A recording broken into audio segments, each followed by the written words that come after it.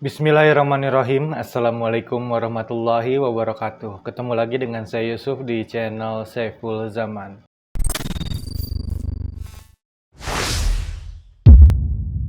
Masih ingat tentang video di mana menunjukkan seorang kiai, yaitu Kiai Haji Syukron Ma'mun, ini menampar salah seorang muridnya yang diduga berasal dari Banser. Dia menampar muridnya itu karena dia merasa Banser ini lebih fokus untuk menjaga gereja, sedangkan Pak Kiainya sendiri tidak dijaga. Nah, ini sesuatu yang tidak logis menurut beliau. Nah, tim channel Saiful Zaman juga menemukan sebuah video ceramah beliau. Dari sini kita bisa menilai bagaimana isi pikiran dari Kiai Haji Syukron Ma'mun yang konon kabarnya adalah guru dari Kiai Haji Ma'ruf Amin. Kita simak bersama-sama ya.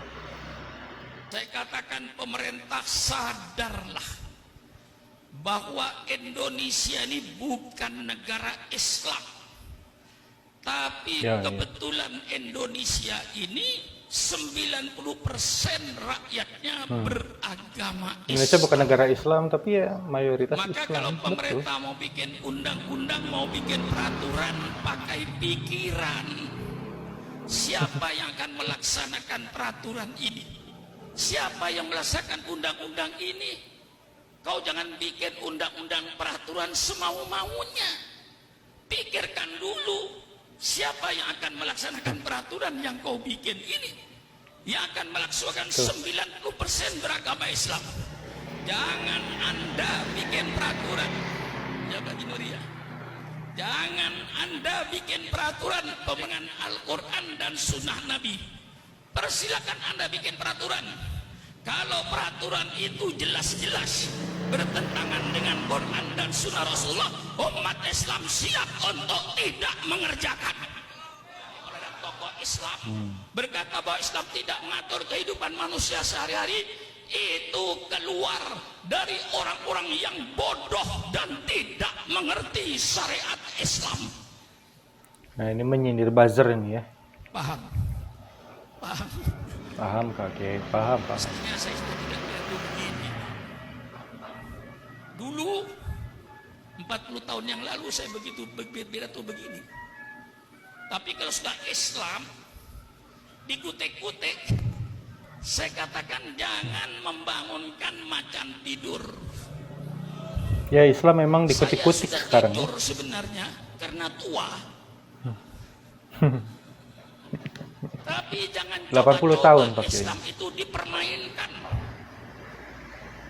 Syukur akan tampil sebagaimana dulu ketika umur 20 tahun, 30 tahun. Tangan saya masih mampu untuk nonjok-nonjok. Kalau ini sudah menyangkut soal Islam. Jadi orang yang berkata Islam tidak mengatur ekonomi, tidak mengatur politik, itu orang yang bodoh Islam. Ngaji. Jangan Islam. Dengar tuh Abu Janda tuh, ada Armando. Wa asyhadu anna Muhammadar Rasulullah. Tidak pernah belajar Islam, tidak pernah ngaji tafsir, tidak pernah ngaji hadis, lalu berkata bahwa Islam tidak mengatur kehidupan manusia. Itu keluarlah dari pemikiran orang-orang yang bodoh Islam. Paham? Tuh. Mengatur ekonomi, mengatur ekonomi supaya pelaku ekonomi bermoral, yang dagang berakhlak, yang buka industri berakhlak. Ini tujuannya mengapa Islam bicara ekonomi, supaya pelaku ekonominya bermoral, berakhlak. Innama bu'itsu liutammima makarimal akhlak. Paham? Mengapa Islam bicara politik? Ya, jadi memang Islam kan Intinya buat satu, memperbaiki seluruh kehidupan manusia ya. Betul sekali. Mengapa Islam bicara politik? Islam Rahmatan lil alamin begini ya. Berarti banyak hal diatur dalam Islam. Bermoral, berakhlak. Sebagai ekonomi diatur, politik diatur. Kewajibannya terhadap rakyatnya. Hai pemimpin-pemimpin, Jangan kau berpikir apa yang akan saya ambil dari rakyat, tapi pemimpin berpikirlah apa yang akan kau berikan kepada rakyatnya itu. Oh, itu adalah Kalau kau pemimpin yang selalu terbaik. berpikir apa yang saya ambil dari rakyat, ya gampang, naikkan semua pajak. Oh, Maka pemerintah bukan apa berpikir itu terjadi sekarang apa tuh yang Pak saya ambil Kiai? dari rakyat, tapi pemerintah berpikir apa yang harus saya berikan kepada rakyat. Ya, Bagaimana? betul Pak Kiai, betul. Ngotot lagi saya ini. Soalnya memang sekarang semuanya naik. Berarti yang dipikirkan pemerintah sekarang ini seperti yang dikatakan Pak Kiai ini. Siapa bilang Islam tidak bicara politik? Hmm, Yang melarang tuh. kiai bicara politik, yang melarang ulama bicara politik di masjid-masjid, di masjid taklim adalah Belanda. Oh, Belanda, penjajah. Sekali lagi, yang melarang kiai bicara politik, bicara soal negara, itu Belanda. Mengapa Belanda Penjajah. melarang kiai bicara politik? Karena Belanda ingin menjajah Indonesia sampai kiamat. Oh, tuh. Maka Jadi sekarang Belanda siapa yang pengen menjajah Indonesia dong? Banyak kitab-kitab dulu Kiai Maskur, mantan Menteri Agama, cerita kepada saya. Banyak kitab-kitab yang dilarang oleh Belanda yang membangkitkan Masya Allah. semangat anak muda. Namanya Kalau kitab sekarang selain Hidatun kitab, Nasihin. kiainya juga dilarang ya. Ya Kiai. Masih Bukunya, ingat itu, kiainya, kitab Hidatun kitabnya. Nasihin. Kitab Terjadi Hidatun juga Nasihin sekarang. ini membangkitkan generasi muda. Kitabnya sekarang masih ada. Itu oleh Belanda dilarang. Kitab-kitab yang berbau politik, Ahkamus Sultaniyah dilarang. Baik yang disusun Imam Mawardi maupun yang disusun Imam Abu Ya'la. Tidak boleh bicara soal politik. Itu yang melarang yang melarang Belanda. Kalau sekarang Belanda. ada tokoh di Indonesia melarang kiai bicara politik, berarti itu sisa-sisa Belanda. Tolong Belanda. berhadapan dengan Syukron Makmun. Oke, Mari kita duduk di atas meja berani nggak? Kamu guru dengan sendiri. damai, dengan sejuk, sambil minum kopi. Oh, mantap Betul? tuh. Cara penyelesaian umat Islam Jangan yang baik. ngomong sembarangan kalau kau tidak ngerti Islam. Di mana kau ngajinya? Betul, Di mana Pak. kau menuntut ilmunya? Mentang-mentang jadi tokoh, tidak pernah ngaji Islam, berbicara orang Islam. Ini yang merusak Islam di Indonesia ini. Mari secara Betul. ilmiahnya saya kupas. Quran ayat politik dalam Quran terlalu banyak. Saudara kenal baldatun thayyibatun wa rabbun ghafur? Di mana itu? Tahu. Di mana itu? Asaba. Apa baldatun Asaba. thayyibatun wa rabbun ghafur?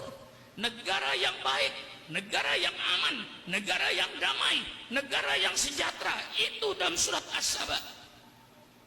Nih, bener aku. Itu tertulis dalam Al-Quran. Masih banyak ayat-ayat yang berbicara soal negara. Banyak. Saya kasih sebagian saja. Ini baru Al-Quran udah banyak, apalagi dari hadis. La fatahna alaihim barakatim minas sami walakin dzakadzabu fa'udnahum bima kanu yaksibun. Ini ayat bicara politik negara. Seandainya penduduk negeri ini beriman dan bertakwa kepada Allah, pasti kata Allah, saya bukakan keberkahan dari langit. Hujan turun berkah. Tuh, berarti apa Bukan dulu yang angin harus diperbaiki, puting beliung. saudara-saudaraku? Hujan turun Gimana dengan berkah, ketakwaan? bukan banjir bandang. Hujan yang membawa keberkahan. Kami buka keberkahan dari bumi. Buah-buahnya Allah. tumbuh, padinya tumbuh, jagungnya tumbuh. Tingkatkan ketakwaan dan keimanan. Lau anna ahlal qura amanu wattaqau. Ini ayat menyebut suatu negara. Allah. Wa daraballahu mathalan qaryatan kanat aminatan mutmainnah ya'tiha rizquha rawadan min kulli makan. Fakafarat bi an'umillah fadaqallahu libasal ju'i wal khawfi bima kanu yasnaun. Ini ayat politik. Allah memberikan satu contoh negara yang aman, negara yang tentram. Mengapa aman tentram? Karena keadilan. Allah datangkan rezekinya yang berlimpah ruah dari segala penjuru. Negara ini adil yang menjadi pemerintah. cita-cita setiap manusia.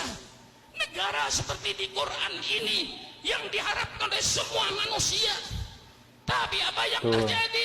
Fakafarat bi an'umillah. Mereka lalu ingkar kepada nikmat Allah. Allah tukar. Fadaqahul libasal ju'i wal khawfi bima kanu yasnaun. Allah tukar rezeki yang berlimpah ruah dengan kelaparan. Berapa banyaknya bangsa ini terjadi lapar sekarang hari ini. Ya Allah. Subhanallah, subhanallah.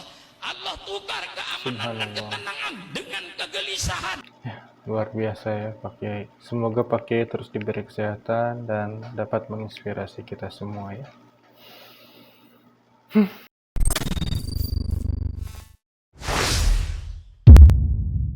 Bagi sahabat semua, kami membuka peluang untuk turut membersamai para calon pendakwah ini dengan memberikan donasinya ke nomor rekening yang ada di bawah ini dan mengkonfirmasikannya ke nomor yang ada di sini.